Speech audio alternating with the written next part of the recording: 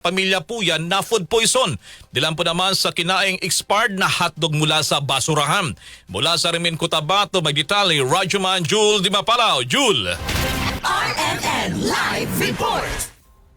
Matinding pananakit ng tiyan ang dinanas ng mag-asawa, kabilang ang kanilang 6 na taong gulang na anak na lalaki at ang 2 taong gulang na batang babae matapos umanong ma-food poisoning dahil sa kinaing expired na hotdog na kanilang nahukay sa basurahan sa Poblacion 9 sa Cotabato City. Kinumpirma sa DXMY ni Cotabato City Councilor Jonas Muhammad na ang mga biktima ay pawang mga mangangalakal at naninirahan sa katabi ng dump site kung saan itinatapon ang tambak na basura. Isang pakete ng umano'y expired na hotdog ang nakita ng kanilang anak at kaagad nila itong niluto sa kainulam sa kanilang pananghalian. Nabatid na matagal na manong ginagawa ng mga biktima ang magluto ng mga tira-tirang pagkain na itinatapon sa basurahan, ngunit ngayon lamang sila nakaranas ng ganitong pangyayari. Bagamat nasa maayos na kondisyon na ang mag-asawa maliban sa kanilang mga anak na patuloy pang ginagamot, paalala ng mga kinaukulan na wag nang pakinabangan pa ang mga bagay, lalo na ang mga pagkain na itinatapon sa basurahan para makaiwas sa anumang uri ng sakit. Napagalaman na may humigit kumulang 100 na mga pamilya ang kasalukuyang naninirahan sa paligid ng dump site, dagdag pa ng naturang opisyal. Kasama mo sa DXMY 90.9 RMN Cotabato, Radyoman Jul Di Mapalaw, Tatak RMN.